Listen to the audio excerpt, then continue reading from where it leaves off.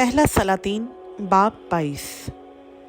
और 3 बरस वो ऐसे ही रहे और इसराइल और अराम के दरमियान लड़ाई ना हुई। और तीसरे साल यहूदा का बादशाह यहोशफत शाह इसराइल के यहाँ आया और शाह इसराइल ने अपने मुलाजिमों से कहा, क्या तुमको मालूम है कि रामात जिल्लात हमारा है, पर हम खामोश हैं और शाह अराम के हाथ से उसे छीन नहीं लेते। फिर उसने यहोशफत से कहा, क्या तू मेरे साथ रामात जिल्लात से लड़ने चलेगा? यहोशफत ने शाह इसराइल को जवाब दिया, मैं ऐसा हूँ जैसा तू, मेरे लोग ऐसे हैं जैसे तेरे लोग, और मेरे घोड़े ऐसे हैं जैसे तेरे घोड़े। और यहोशफत ने शाह इसराइल से कहा, ज़रा आज खुदावंद की मर्ज़ी भी तो दरियाफ्त कर ले। तब शाह इसराइल ने नबियों को, जो करीब 400 आदमी थे, इकट्ठा किया और उनसे पूछा, मैं रामात जिल्लात से लड़ने जाऊं या बाज रहूं? उन्होंने कहा, जा, क्योंकि खुदावंद उसे बादशाह के कब्ज़ा में कर देगा। लेकिन यहोशफत ने कहा, क्या इनको छोड़कर यहाँ खुदावंद का कोई नबी नहीं है ताकि हम उससे पूछें? शाह इसराइल ने यहोशफत से कहा कि एक शख्स इमला का बेटा मिकाया है तो सही, जिसके ज़रिया से हम खुदावंद से पूछ सकते हैं, लेकिन मुझे उससे नफ़रत है, क्योंकि वो मेरे हक़ में नेकी की नहीं बल्कि बदी की पेशनगोई करता है। यहोशफत ने कहा, बादशाह ऐसा ना कहे। तब शाह इसराइल ने एक सरदार को बुलाकर कहा कि इमला के बेटे मिकाया को जल्द ले आ। उस वक्त शाह इसराइल और शाह यहूदा यहोशफत सामरिया के फाटक के सामने एक खुली जगह में अपने अपने तख्त पर शाहाना लिबास पहने हुए बैठे थे, और सब नबी उनके हुजूर पेशन गोई कर रहे थे। और कनाना के बेटे सिदकिय्याह ने अपने लिए लोहे के सींग बनाए और कहा, खुदावंद यूँ फरमाता है कि तू इनसे अरामियों को मारेगा जब तक वो नाबूद ना हो जाएं। और सब नबियों ने यही पेशन गोई की और कहा कि रामात जिल्लात पर चढ़ाई कर और कामयाब हो, क्योंकि खुदावंद उसे बादशाह के कब्ज़ा में कर देगा। और उस कासिद ने, जो मिकाया को बुलाने गया था, उससे कहा, देख, सब नबी एक ज़ुबान होकर बादशाह को खुशखबरी दे रहे हैं, सो ज़रा तेरी बात भी उनकी बात की तरह हो और तू खुशखबरी ही देना। मिकाया ने कहा, खुदावंद की हयात की कसम, जो कुछ खुदावंद मुझे फरमाए मैं वही कहूँगा। सो जब वो बादशाह के पास आया तो बादशाह ने उससे कहा, मिकाया, हम रामात जिल्लात से लड़ने जाएं या रहने दें? उसने जवाब दिया, जा और कामयाब हो, क्योंकि खुदावंद उसे बादशाह के कब्ज़ा में कर देगा। बादशाह ने उससे कहा, मैं कितनी मर्तबा तुझे कसम देकर कहूँ कि तू खुदावंद के नाम से हक़ के सिवा और कुछ मुझको ना बताए। तब उसने कहा, मैंने सारे इसराइल को उन भेड़ों की मानिंद जिनका चौपान ना हो पहाड़ों पर परागंदा देखा, और खुदावंद ने फरमाया कि इनका कोई मालिक नहीं, सो वो अपने अपने घर सलामत लौट जाएं। तब शाह इसराइल ने यहोशफत से कहा, क्या मैंने तुझको बताया नहीं था कि ये मेरे हक़ में नेकी की नहीं बल्कि बदी की पेशन गोई करेगा? तब उसने कहा, अच्छा, तो खुदावंद के सुखन को सुन ले। मैंने देखा कि खुदावंद अपने तख्त पर बैठा है और सारा आसमानी लश्कर उसके दाहिने और बाएं खड़ा है। और खुदावंद ने फरमाया, कौन अखीब को बहकाएगा ताकि वो चढ़ाई करे और रामात जिल्लात में खेत आए? तब किसी ने कुछ कहा और किसी ने कुछ, लेकिन एक रूह निकलकर खुदावंद के सामने खड़ी हुई और कहा, मैं उसे बहकाऊंगी। खुदावंद ने उससे पूछा, किस तरह? उसने कहा, मैं जाकर उसके सब नबियों के मुंह में झूठ बोलने वाली रूह बन जाऊंगी। उसने कहा, तू उसे बहका देगी और गालिब भी होगी। रवाना हो जा और ऐसा ही कर। सो देख, खुदावंद ने तेरे इन सब नबियों के मुंह में झूठ बोलने वाली रूह डाली है और खुदावंद ने तेरे हक में बदी का हुक्म दिया है।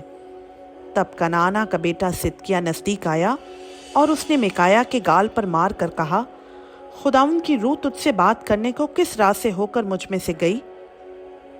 मिकाया ने कहा, ये तू उसी दिन देख लेगा जब तू अंदर की एक कोठरी में घुसेगा ताकि छुप जाए। और शाह इसराइल ने कहा, मिकाया को लेकर उसे शहर के नाजिम अमून और युआस शहजादा के पास लौटा ले जाओ और कहना, بادشاہ یوں فرماتا ہے کہ اس شخص کو قید خانہ میں ڈال دو اور اسے مصیبت کی روٹی کھلانا اور مصیبت کا پانی پلانا جب تک میں سلامت نہ آؤں۔ تب میکایا نے کہا، اگر تو سلامت واپس آ جائے تو خداوند نے میری معرفت کلام ہی نہیں کیا۔ پھر اس نے کہا، اے لوگو، تم سب کے سب سن لو۔ سو شاہ اسرائیل اور شاہ یہودا یہوشفت نے رامات جلاد پر چڑھائی کی، اور شاہ اسرائیل نے یہوشفت سے کہا، میں اپنا بھیس بدل کر لڑائی میں جاؤں گا، پر تو اپنا لباس پہنے رہ۔ سو شاہ اسرائیل اپنا بھیس بدل کر لڑائی میں گیا۔ ادھر شاہ ارام نے اپنے رتھوں کے 32 سرداروں کو حکم دیا تھا کہ کسی چھوٹے یا بڑے سے نہ لڑنا سوا شاہ اسرائیل کے۔ سو جب رتھوں کے سرداروں نے یہوشفت کو دیکھا تو کہا کہ ضرور شاہ اسرائیل یہی ہے، اور وہ اسے لڑنے کو مڑے۔ تب یہوشفت چلا اٹھا۔ جب رتھوں کے سرداروں نے دیکھا کہ وہ شاہ اسرائیل نہیں تو وہ اس کا پیچھا کرنے سے لوٹ گئے، اور کسی شخص نے یوں ہی اپنی کمان کھینچی اور شاہ اسرائیل کو جوشن کے بندوں کے درمیان مارا۔ تب اس نے اپنے سارتھی سے کہا کہ باغ پھیر کر مجھے لشکر سے باہر نکال لے چل، کیونکہ میں زخمی ہو گیا ہوں۔ اور اس دن بڑے گھمسان کارن پڑا، اور انہوں نے بادشاہ کو اس کے رتھ ہی میں ارامیوں کے مقابل سنبھالے رکھا، اور وہ شام کو مر گیا، اور خون اس کے زخم سے بہہ کر رتھ کے پائیدان میں بھر گیا۔ اور آفتاب غروب ہوتے ہوئے لشکر میں یہ پکار ہو گئی کہ ہر ایک آدمی اپنے شہر اور ہر ایک آدمی اپنے ملک کو جائے۔ سو بادشاہ مر گیا اور وہ سامریا میں پہنچایا گیا، اور انہوں نے بادشاہ کو سامریا میں دفن کیا، اور اس رتھ کو سامریا کے تالاب میں دھویا۔ کسمیاں یہیں غسل کرتی تھیں، اور خداوند کے کلام کے مطابق جو اس نے فرمایا تھا، کتوں نے اس کا خون چاٹا۔ اور اخیب کی باقی باتیں اور سب کچھ جو اس نے کیا تھا، اور ہاتھی دانت کا گھر جو اس نے بنایا تھا، اور ان سب شہروں کا حال جو اس نے تعمیر کیے، سو کیا وہ اسرائیل کے بادشاہوں کی تواریخ کی کتاب میں قلم بند نہیں؟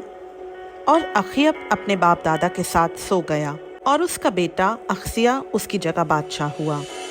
اور آسا کا بیٹا یہوشفت شاہ اسرائیل اخیب کے 4 سال سے یہودا پر سلطنت کرنے لگا، اور جب یہوشفت سلطنت کرنے لگا تو 35 برس کا تھا، اور اس نے یروشلم میں 25 برس سلطنت کی۔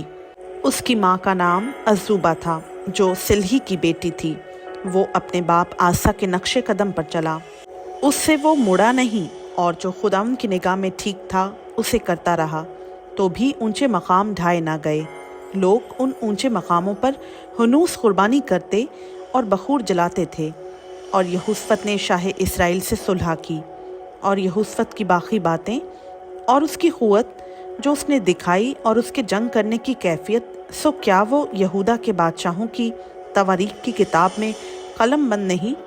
اور اس نے باقی لوتیوں کو جو اس کے باپ آسا کے عہد میں رہ گئے تھے ملک سے خارج کر دیا، اور ادوم میں کوئی بادشاہ نہ تھا بلکہ ایک نائب حکومت کرتا تھا۔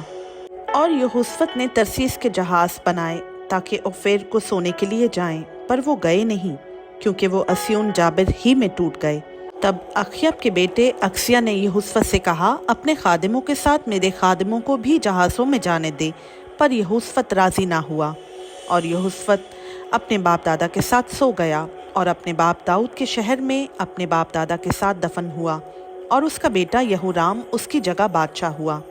اور اخیب کا بیٹا اخزیہ شاہ یہودا یہوشفت کے 17ویں سال سے سامریا میں اسرائیل پر سلطنت کرنے لگا، اور اس نے اسرائیل پر 2 برس سلطنت کی، اور اس نے خداوند کی نظر میں بدی کی، اور اپنے باپ کی راہ اور اپنی ماں کی راہ اور نبات کے بیٹے یربام کی راہ پر چلا، جس سے اس نے بنی اسرائیل سے گناہ کرایا، اور اپنے باپ کے سب کاموں کے موافق بال کی پرستش کرتا اور اس کو سجدہ کرتا رہا، اور خداوند اسرائیل کے خدا کو غصہ دلایا۔ خداوند کا پاک کلام کا پڑھا، سنا، سمجھا اور قبول کیا جانا ہم سبوں کے لیے باعث برکت ہو، آمین۔